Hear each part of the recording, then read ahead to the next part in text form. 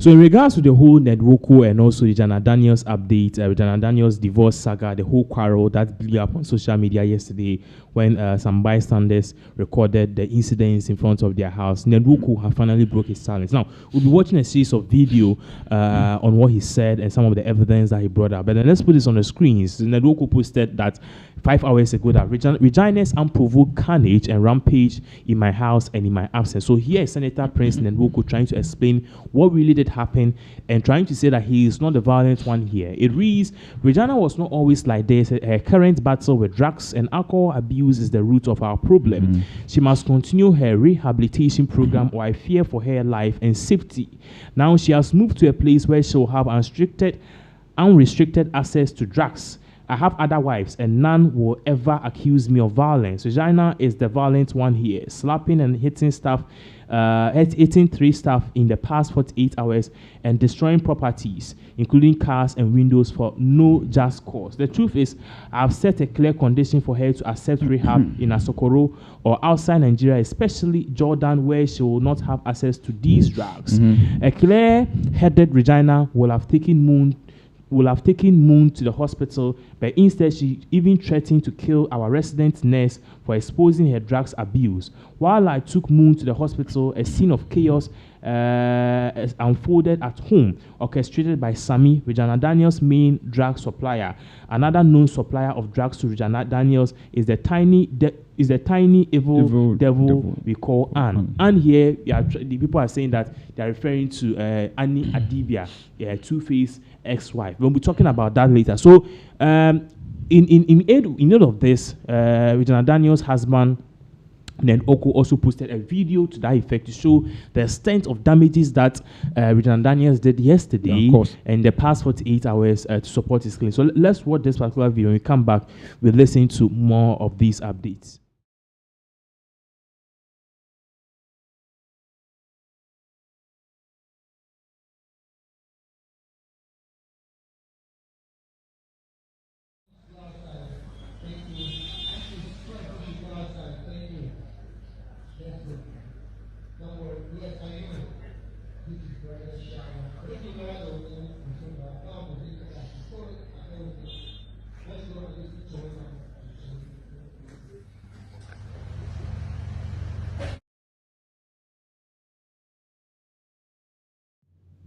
So that was some of the extent of the damages that Ned Nwoko posted on his official Facebook handle. Now, we'll also be watching a video. This particular video happened to be one person or one journalist who spoke with Ned Nwoko, and Ned Nwoko explained the sequence of things. You know, initially people were thinking that this whole thing was just for social media hype, but according to Dr. Kemi of Lagos, she's saying that this is no social media hype, it's real. She spoke with Ned Nwoko, and Ned Nwoko confirmed the sequence of events. Now, let's take a listen to the first half of things that Dr. Kemi of Lagos said. When we come back, we continue. Kemi Olunloyo, retired journalist, Dr. Kemi. It's Saturday evening, the 18th of October, 2025. And I really have some piece of bad news that I want to share with you. For me personally, it's bad news, and I'm very sad tonight. I'm extremely sad. My son messaged me this morning from New York, and he said to me that he heard that Regina and Ned's marriage was over, and that the brother tried to rescue Regina from the house, and thugs were asked to beat them up, and a whole lot of ruckus. And I said, where did you hear this from? KJ said he saw it on the brother's Instagram story.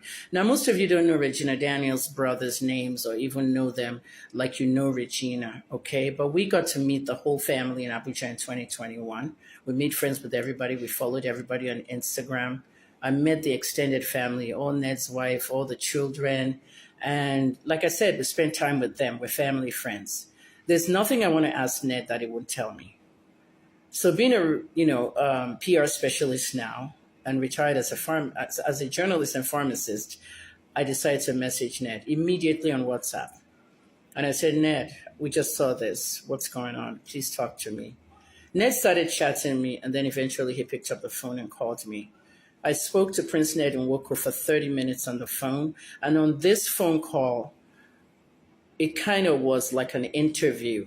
okay? Because in journalism mode, I was literally interviewing him while he was talking to me. But before I can put out any stories, at the end of our conversation, I said, Ned, I want to report everything you just told me. Some of the stuff he told me was just shocking. I've been trying to reach Regina all day. I can't reach on any of her numbers. And I can understand how she's feeling right now.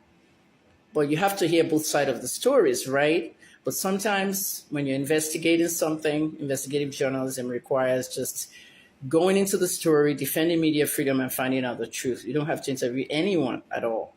But this is not an interview. I'm not working here. Okay, this hurts me because this comes very close to me in very serious, many, many things. I decided to do a video and put it out so everybody can share the video and see what's going on. And let me make this clear to everybody. I have not seen Ned in almost 3 years since I left Nigeria, and he did not send me any money or pay me for anything. I simply wanted to let you know what's going on, all right? Every story has different narratives, okay? Some people see black, some people see white, some people see the gray in between. But because they're my family friends, I want to talk to Regina. What I'm about to tell you is very unfortunate. It's very sad, and it hurts me to the core. Regina, I hope you're watching my video. I want to help you. What happened? What is this thing that you're beating, Regina? That you're a domestic abuser? Ned said, first of all, I was not in the house to write yesterday. I traveled. And I came back to see the baby. I think it was Moon, he said, who was sick with a temperature. And that the narrative they put out on all the blogs that he beat her up yesterday, that's not true. Okay? I now wanted to ask Ned, have you ever beat Regina? Okay? There's a line you draw when you're asking certain questions, because that could be their private life. Regina, too, could have hit Ned. Ned is about my age group, okay? I respect him very much. Priest Ned Nwoko is about 64, I believe, and I'm 61 now. Now, this is what I heard. Do you guys remember 2 years ago when I did a video about Regina vaping? A vape is something that looks like a plastic thing like this. It's like e-cigarettes. Instead of smoking cigarettes, you vape. Regina was blowing out the smoke out of the vape in the club with her friends, and she posts all these things online. I was concerned, and I spoke to the NDLEA about this, because the week she was vaping, we were doing shows and stories about vaping and cigarettes. And I felt that Regina, being a very, very big influencer and figure, okay, might influence young people. Because when President Biden was about to leave, and even President Obama, that was the main topic with the Surgeon General of the United States. Vaping is harmful. You can type it in, VAPING. And then when one company brought vapes to Nigeria in different flavors, strawberry, pineapple, and all that, and they were using Big Brother Nigeria stores to promote vaping, I countered them, and they stopped advertising. These things will kill you, they'll harm you. I put that video out, and I was so concerned about Regina 2 years ago.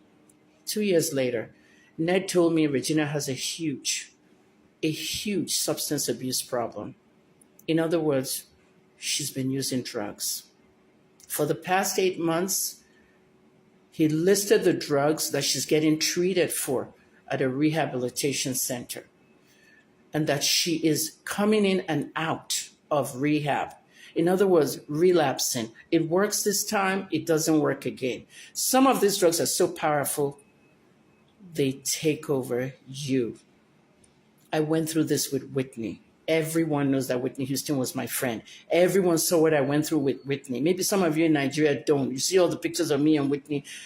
I was helping. I was trying my best with Whitney. I was the blogger for the reality show, okay, being Bobby Brown. And all I saw here is, oh my God, not Whitney again. Regina was coming in and out of rehab. She'll get treated and she'll get addicted again. Ned wrote me for a little bit on the chat, and then he picked up the phone, because sometimes it's too hard to type a lot. And what he told me was that she was being treated for a whole host of drugs. Okay, even though he mentioned the drugs to me, and I did ask him, can I say this on my story? He okayed it, but I don't want to say it because I'm also a pharmacist, remember?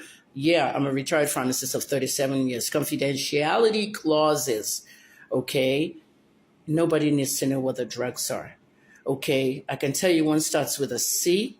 Okay, so then you can float your heads all around the C drugs. Regina smokes weed and she takes some very hard opiates. I'm not going to mention them. The hardest opiates ever.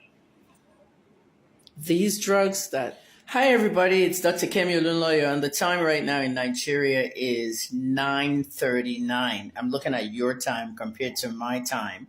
I did a video a little bit earlier, okay, still Saturday, the 18th of October 2025, about Regina Daniels and her husband, Prince Ned Nwoko. Continuing the story, okay, I just want to end the rest of it in this nice 3-4 minutes. This is a very sad time for me personally because I love Regina to death. I love Regina. I love her husband, her family, all the children, all the wives. It's a great family. But inside every family, what we see outside is not what is going on inside. I was a very good example of that. The Olunloyo family, everything nice and rosy. Our father is a mathematician. He loves people. The press looked at him in one way. But inside the house, look at the atrocities that I had to speak about when my father died.